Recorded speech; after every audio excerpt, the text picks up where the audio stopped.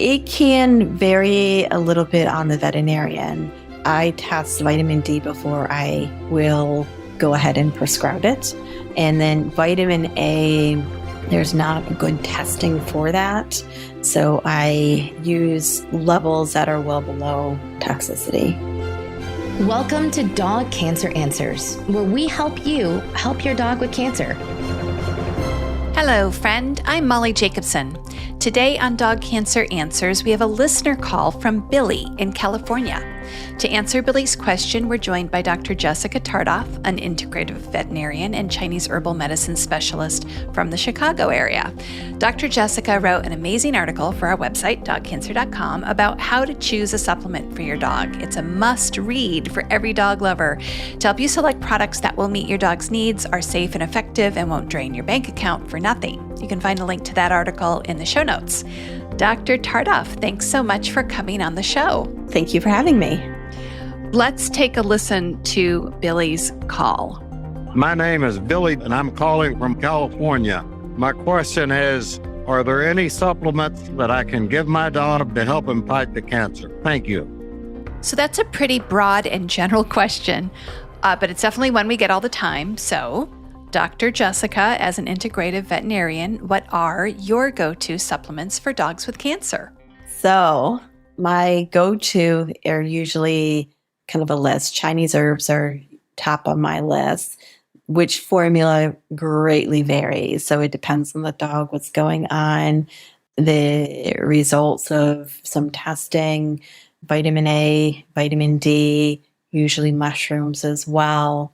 And then I will have other supplements on top of that. Okay. So you go with the Chinese formulas because that's your training and you know and understand all of those many lists of ingredients. And those are really nice blends, right? You're getting a lot packed into those formulas. And a lot of them do have curcumin in there. Mm-hmm.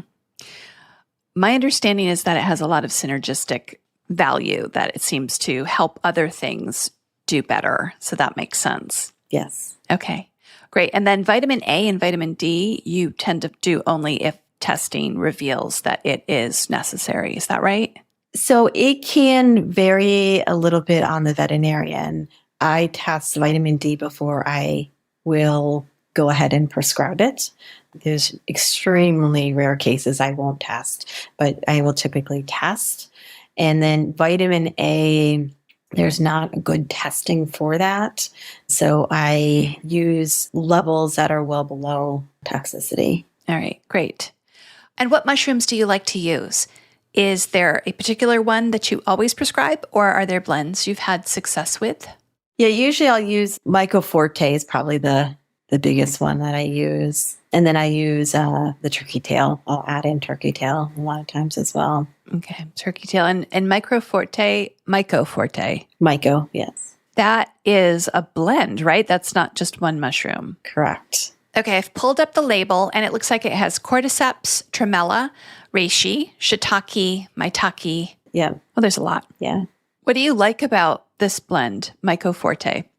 They're the company I trust, and it's a nice blend of herbs for cancer. So it's one I use quite a lot. And then I'll tweak it depending on what is going on. So there's definitely times I'll add in like the turkey tail with it. Sometimes I add in other mushrooms, just depending on what I'm using it specifically for. So that's a good sort of all-around mushroom supplement to start with, and then you can tweak from there. Correct. Thank you so much for talking to us today, Dr. Jessica Tartof. I so appreciate you being here and your calm, integrative approach to veterinary medicine. Well, thank you for having me. And thank you, friend, for listening. Depending on what type of cancer Billy's dog has and any other health problems that might be present, the exact supplements his veterinarian chooses to use may vary. But Dr. Tartof's list is a good place to start for many dogs with cancer. Chinese herbal blends hopefully are being recommended by a veterinarian who, like Dr. Tartof, is experienced in their use. Curcumin is awfully likely to be in there, medicinal mushrooms, and vitamin D or vitamin A, depending on the case and if she's concerned about vitamin deficiencies. Dr. Tartof will be back soon to talk more about curcumin specifically and why she uses it alongside other supplements instead of on its own. So be sure to come back for that. If you have a question for us like Billy did, you can call our listener line at 808-868-3200. Just leave a message and we might use your question for a future episode. Definitely join our Facebook group, Dog Cancer Support, to share which supplements you have found helpful for your dog with cancer. You can find that at dogcancersupport.com or by searching for Dog Cancer Support on Facebook.